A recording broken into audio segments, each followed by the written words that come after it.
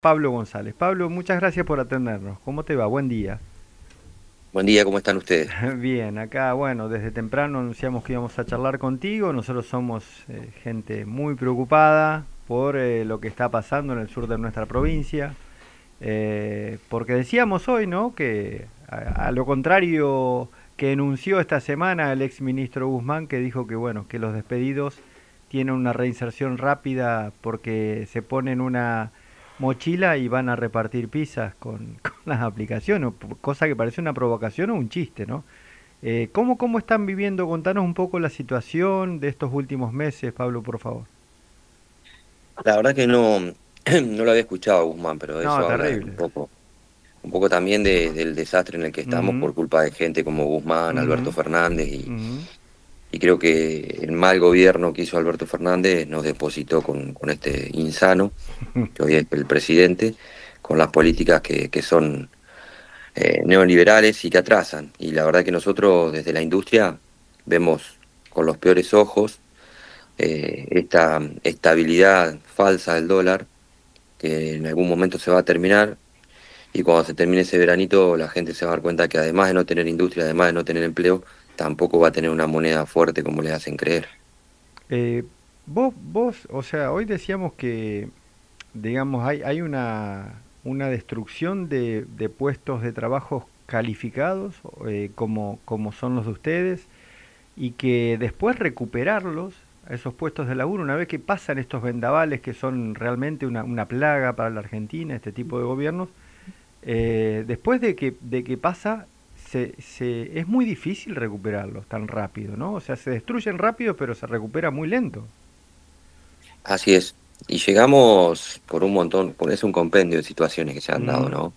En muchas organizaciones se trabaja bien, se ha defendido bien el salario y en otras no. Particularmente en la nuestra, en la UON, el salario ha sido muy, pero muy pisoteado y la gente no es feliz trabajando. Entonces, entre aquel repartidor de pizza que no tiene una formalidad, es muy informal, no tiene obra social, eh, que está expuesto a un montón de situaciones que no están expuestas a los compañeros que están en relación de dependencia, con ART, con condiciones laborales diferentes, eh, sentían que no había diferencia muchos compañeros. Y creo que toda esa batalla cultural se fue perdiendo. Y hoy hasta algunos te dicen, bueno, veré cuándo me puedo reinsertar laboralmente. Y después de un par de semanas, ya meses, que nos ha pasado acá en Villa, que es una ciudad pequeña y no está diversificada, de los 500 trabajadores que perdimos, creo que habrán conseguido empleo 30, 40, más de eso no. Pablo, vos Pa- tenés un total, digamos, de cuántos puestos de laburo, vos decías cerca de 500 sobre un plantel de cuánta gente. Y de un plantel de 4.500 afiliados, casi 5.000, nosotros ya perdimos 5.500 afiliados. O sea que es Entre, muy importante, digamos, la cantidad. y sí, el 10% es muchísimo, entre Asindar, Tenaris, Ajá. laminados industriales. En los talleres metalúrgicos todavía no se fue perdiendo tanto empleo. La gente es como que es más cuidada por los dueños hasta que explote esto, obviamente, ¿no? Se van otorgando vacaciones, no hay horas extras, pero sí reducen el salario de esta forma, porque las horas extras siempre terminan siendo un complemento. Y bueno, la gente empieza a buscar changas afuera y afuera no hay nada. Entonces, estamos en el peor de los mundos, con un escenario para el 2025, con lo que presupuestan desde Asindar, con un año similar al del 2024 y con ellos queriendo seguir haciendo reducción de planteles, con lo cual es probable que estemos entrando en un conflicto más pronto que tarde, ¿no? Pablo, buen día. Mario Galici te pregunta. Eh, me gustaría, porque yo sé que Asindar, como industria madre, tiene un montón de industriales chicos que vos recién lo acabas de explicar, que protegen un poco más a los trabajadores, pero también hay un montón de empresas de servicios. ¿Cómo está afectando esto a la región? Digamos, me imagino los camiones, me imagino el comercio, me imagino los talleres. Tu mirada de un polo industrial que nosotros vemos que en general la política no lo está dando la dirigencia, no solamente la política, la trascendencia que esto tiene como la industria estratégica más importante que tiene la provincia de Santa Fe. Se está viendo una afectación grande en Villa y creo que todavía no se vio lo peor. Por eso es que en las fiestas el comercio trabajó bien, porque habían cobrado sueldo, aguinaldo y vacaciones, todos los compañeros adelantaron vacaciones, por ende, el problema va a ser ahora. en enero cuando vuelven de las vacaciones sin plata. Nosotros tenemos que resolver paritarias, las paritarias están atrasadas, tenemos los sueldos de junio del año pasado. Llegamos a un acuerdo con Asindar por un anticipo, no es la resolución de la paritaria, para tener normalidad operativa, pero también darle un poco de paz a la gente, que tenga una inyección de dinero. Y en el mes de febrero, que tenemos un premio, ya a ver si no tenemos acuerdo de paritaria, entraríamos en una medida de fuerza. Es muy probable que se llegue a esta medida de fuerza porque no se ha podido revertir la posición de Paolo Roca y de ArcelorMittal en las paritarias siderúrgicas, y venimos sabiendo que ya la rama 17, que también está muy golpeada, pero ha podido cerrar un acuerdo malo, pero ha podido cerrar un acuerdo hasta marzo. Nosotros no tenemos ningún tipo de viso de acuerdo y tenemos, como te digo, los salarios de junio del 2024. Nosotros ayer comentábamos acá mismo en estos micrófonos que te escuchamos en alguna oportunidad contar, apenas se inició este periodo de gobierno del gobierno nacional, que era muy fuerte discutir con tus compañeros en asambleas antes o durante la campaña electoral y comprobar que un montón habían votado o iban a votar a Milei. Eso, si podés contarnos un poquito cómo eran ese tipo de situaciones, porque la verdad que hay que de nuevo refrescar, ¿no?, la memoria para saber cómo estuvimos y hacia dónde estamos yendo. Bueno, sí sigue dando ese debate, ¿eh? Para Ujú, remarcarlo, claro. todavía hay gente que lo defiende. Y como te digo, hay un compendio de situaciones que nos llevan a que la gente piense de esta manera. Yo no me Ujú, enojo con la ujú, gente. claro, Debato siempre, claro. como les pasa a ustedes, entendiendo las diferencias de criterio y de opiniones. Ujú, Y ha calado muy hondo en la gente la batalla cultural de la corrupción en la política, en el sindicalismo. Y a nosotros nos dicen en la seccional, ustedes no, pero las cúpulas sí, claro. sin saber que la ley base le quitó un montón de herramientas, y lo hemos hablado un montón de veces. Si bien me ha tocado a mí padecer algún bloqueo y agresión de parte de compañeros de Boca que no eran Ujú, ujú. los más idóneos para estar representando a la gente, y por eso le dieron mucho de comer a las empresas para que se eliminen los bloqueos. Ahora, te hago un ejemplo claro. En un taller que tiene 20 personas, te despiden 5 personas y tenés que parar y bloquear, porque el dueño del taller tiene otros negocios aparte del taller, no es el único ingreso. En cambio, la gente es el único ingreso que tiene. Y si hace un paro de 30 días, la gente termina perdiendo el paro entrando por nada, gratis, con 30 días de pérdida laboral, un atraso en todas las cuentas, y el conflicto se perdía. Por eso teníamos los bloqueos. Ahora, cuando se usaba o se abusaba de los bloqueos de una manera donde había algún gremio que no tenía representatividad, y digo de esta seccional de la Boca, no todas, porque no voy a hacer juicio de valor de las demás. Digo, en Villa lo que pasó, le dio de comer a las empresas, le dio de comer a Milei. Y que después, en muchos sindicatos o en muchos partidos políticos, se hace manejo abusivo de los recursos y corrupto. La gente terminó pensando que este tipo, que no viene con gente sana, porque vino con Caputo, que nos endeudó en 50.000 millones de Mm. dólares, y se lo decíamos a la gente, que viene con los Menem, que son dueños de La Rioja y de la Argentina y no pueden explicar dónde sacaron tanto patrimonio. Hay un montón de cosas que contrastan, y esos debates se dan con la gente, pero muchísimas veces caló más en lo profundo el mensaje de Cristina, La Chorra y un montón de Ujú, situaciones, ujú. y que bueno, lamentablemente no lo pudimos revertir. Y que además tampoco se defendió bien el salario, porque teníamos trabajadores pobres. Entonces hoy, si los echan, van a conseguir alguna indemnización, y después que se coman la indemnización se van a dar cuenta que el mal salario que tenían, el mal empleo que tenían, era mejor que la informalidad a la cual van a estar sometidos si no consiguen reinsertarse laboralmente. Pablo, te hago una pregunta. Ustedes en el 2025, vos decís que se perdieron 500 puestos en Villa Constitución 2024. 2024. ¿Qué es lo que ustedes proyectan en el 2025, digamos? Porque yo ya vi que le dieron el máximo de vacaciones, ya digamos que vacaciones no creo que se les pueda seguir dando. ¿Qué es lo que ustedes están pensando, digamos? ¿Qué proyección tienen? ¿Va a haber 500 puestos menos? ¿Va a haber 100 menos? Y también me vuelvo a repreguntarte, me gustaría que me digas qué está pasando con los servicios, los camiones y todo, que generalmente esos tipos de camiones no creo que puedan estar insertados en otro lado, digamos, tan fácilmente. Bueno, los camiones seguramente tienen algunos viajes mucho menos que los de antes. Los ingresos obviamente van a empezar a reducirse aún más, y después se verán los planteles. Eso habría que hablar con los compañeros de camioneros que están en Villa, que están la gente de Moyano y de Alario, para ser respetuoso. Yo te puedo decir que hoy, donde había 12 camiones programados, hay 4 y Mm. 3. La caída es eh, la verdad fáctica, no es que estamos inventando la caída ni la empresa la inventa. Hemos visto cómo no paraban de tener camiones y negociábamos cosas muy positivas para la gente. Hoy no está eso, hoy no está, y yo creo que estos 500 puestos de trabajo que eran contratados, salida, retiros anticipados de muchos compañeros y compañeras, terminan perjudicando drásticamente y se va a sumar a otros retiros voluntarios que va a plantear la empresa. Estamos en pleno proceso de negociación para las suspensiones, pero nosotros no queríamos firmar la suspensión hasta que no definamos el sueldo, que es un poco lo que le veníamos planteando a Sindar, eh, más enmarcado en la rama 21 que no tiene definido el sueldo, porque la rama 17 tiene parámetros ya definidos, pero no podemos decirle a alguien que va a cobrar el sueldo de junio suspendido y lo que estamos viendo es o le pagan un complemento o se termina de resolver la paritaria, si no, no vamos a firmar las suspensiones. Con lo cual, también ellos, como vos decís, che, agotaron vacaciones. Empiezan a verse las vacaciones anticipadas ya del 2025. Es una locura completamente lo que estamos viendo porque en abril la planta va a parar. Y si esto sigue así, una vez que agotaste todos los saldos, empezás a ver si suspendés o despedís. Bueno, yo creo que es probable que entremos en un conflicto, por una cosa o por otra, porque la empresa no quiere aflojar en un montón de situaciones y nosotros no podemos hacer menos que defender tanto el sueldo como los puestos de trabajo. Pablo, te hago una pregunta más. ¿Cómo estás viendo el tema de la importación de la chapa? ¿Está Ya. teniendo importancia? Mm. ¿Todavía no mueve el amperímetro? ¿Es menos? ¿Es una preocupación que la vamos a ver en el 2025? Eh, Me gustaría que hagas un análisis de ese tema. Todavía no se vio con la fluidez necesaria como para tener un análisis.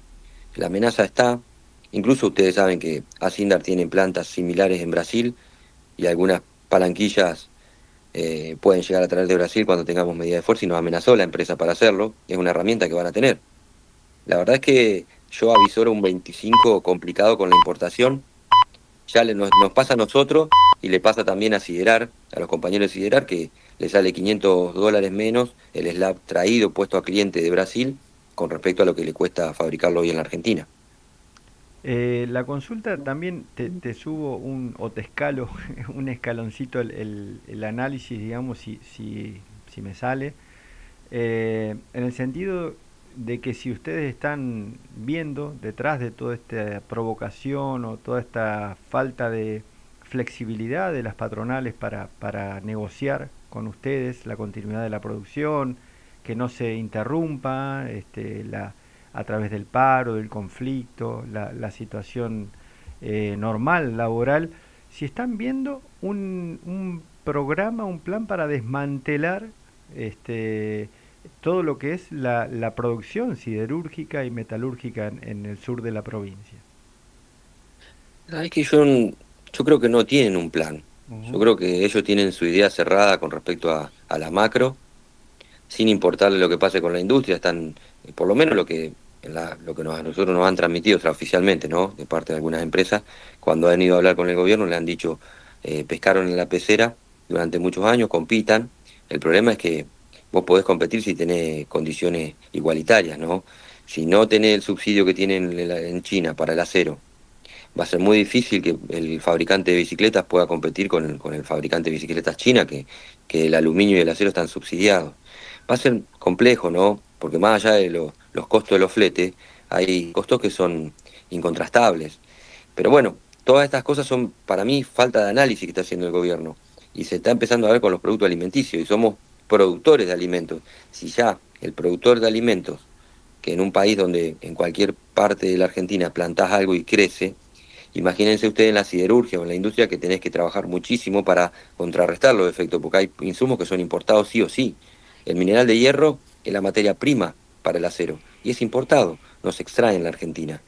Y asimismo, hoy con la posibilidad de que puedan vender la chatarra fuera del país, los, los proveedores de chatarra van a elegir a quién le venden la chatarra y va a generarse una mejora en el precio seguramente con la competencia. Bueno, todas esas cosas van a generar mayores indicadores en los costos y como siempre las empresas cuando tienen costos altos por un lado quieren reducir en la variable más flexible para ellos, ¿no? Que es confrontar, despedir, rebajar sueldos y bueno, y es lo que nosotros tenemos como herramienta hoy, mejor dicho, como desafío, con las pocas herramientas que tenemos como sindicato, cuando no hay producción, defender el sueldo, defender los puestos de trabajo y como les digo, es un embudo, vamos a terminar en un conflicto. Yo lo vengo hablando hace un año con la gente en la planta, me dicen que soy un poco extralimitado en los comentarios, pero yo soy realista y lo que veníamos anunciando a principio del año pasado se terminó dando y hoy les digo lo mismo. Y ojalá que no se dé, que yo me equivoque y que este gobierno dé un viraje y podamos decir que estamos mejor. Pero tengo un escepticismo bárbaro con todo esto. Pablo, te hago una consulta más. ¿Cómo estás viendo la producción de los talleres chicos?